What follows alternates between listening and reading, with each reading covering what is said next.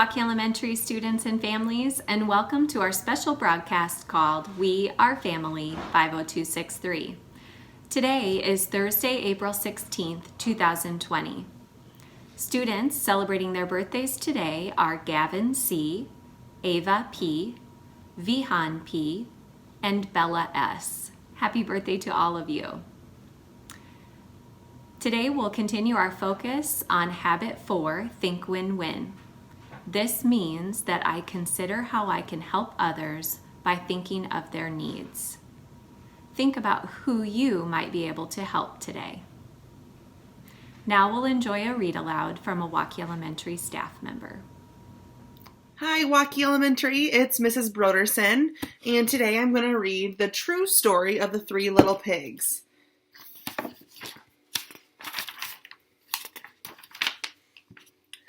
Everyone knows the story of the three little pigs, or at least they think they do. But I'll let you in on a little secret. Nobody knows the real story, because nobody has ever heard my side of the story. I'm the wolf, Alexander T. Wolf. You can call me Al.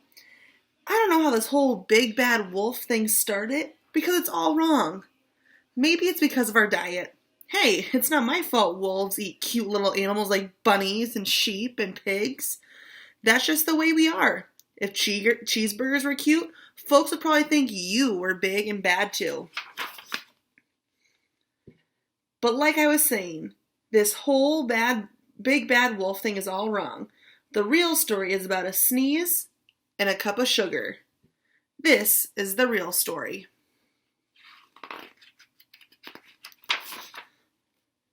Way back in Once Upon a Time, I was making a birthday cake for my dear old granny. I had a terrible sneezing cold. I ran out of sugar. So I walked down the street to ask my neighbor for a cup of sugar. Now this neighbor was a pig. And he wasn't too bright either. He built his whole house out of straw. Can you believe it? I mean, who in their right mind would build a house out of straw?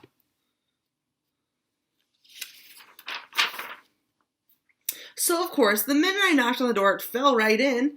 I didn't just want to walk into somebody else's house, so I called, Little pig, are you in? No answer. I was just about to go home without the cup of sugar for my dear old granny's birthday cake. That's when my nose started to itch. I felt a sneeze coming on. Well, I huffed, and I snuffed, and I sneezed a great sneeze. And you know what? That whole darn straw house fell down. And right in the middle of the pile of straw was the first little pig, dead as a doornail. He had been home the whole time. It seemed like a shame to leave a perfectly good ham dinner lying there in the straw, so I ate it up. Think of it as a big cheeseburger just lying there. I was feeling a little better, but I still didn't have my cup of sugar, so I went to the next neighbor's house. This neighbor was the first little pig's brother. He was a little smart, but not much. He had built his house of sticks. I rang the bell in the stick house. Nobody answered. I called, Mr. Pig, are you in? He yelled back, Go away, wolf. You can't come in. I'm shaving the hairs on my chinny chin chin. I had just grabbed the doorknob when I felt another sneeze coming on. I huffed, and I snuffed, and I tried to cover my mouth, but I sneezed a great sneeze. And you're not going to believe it, but this little guy's house fell down just like his brother's. When the dust cleared, there was a second little pig, dead as a doornail, wolf's honor.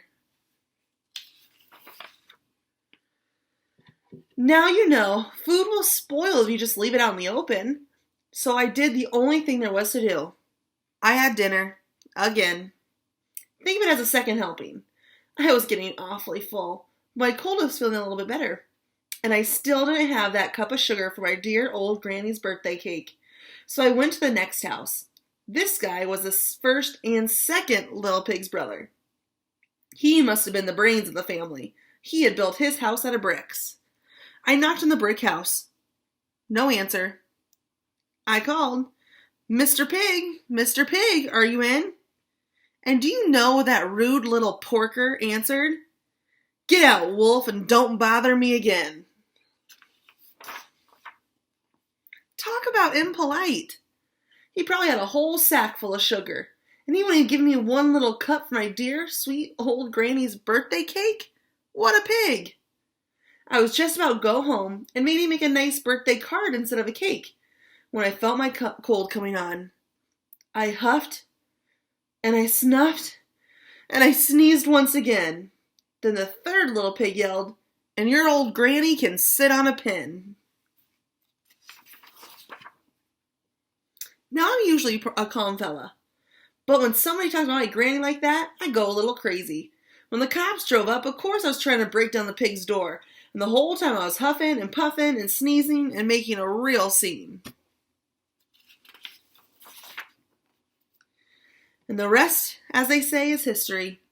The news reporters found out about the 2 pigs I had for dinner. They figured a sick guy going to borrow a cup of sugar didn't sound very exciting, so they jazzed up the story with all that huff and puff and blow your house down, and they made me the big bad wolf. That's it. The real story. I was framed.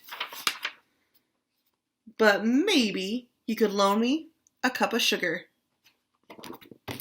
Thanks, guys.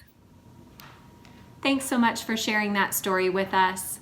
Readers are leaders. Now it's time for our school's mission statement. Our leadership mission is to empower everyone to see greatness in themselves and others, learn through exploration, and lead by example. Thanks for joining in. We are family.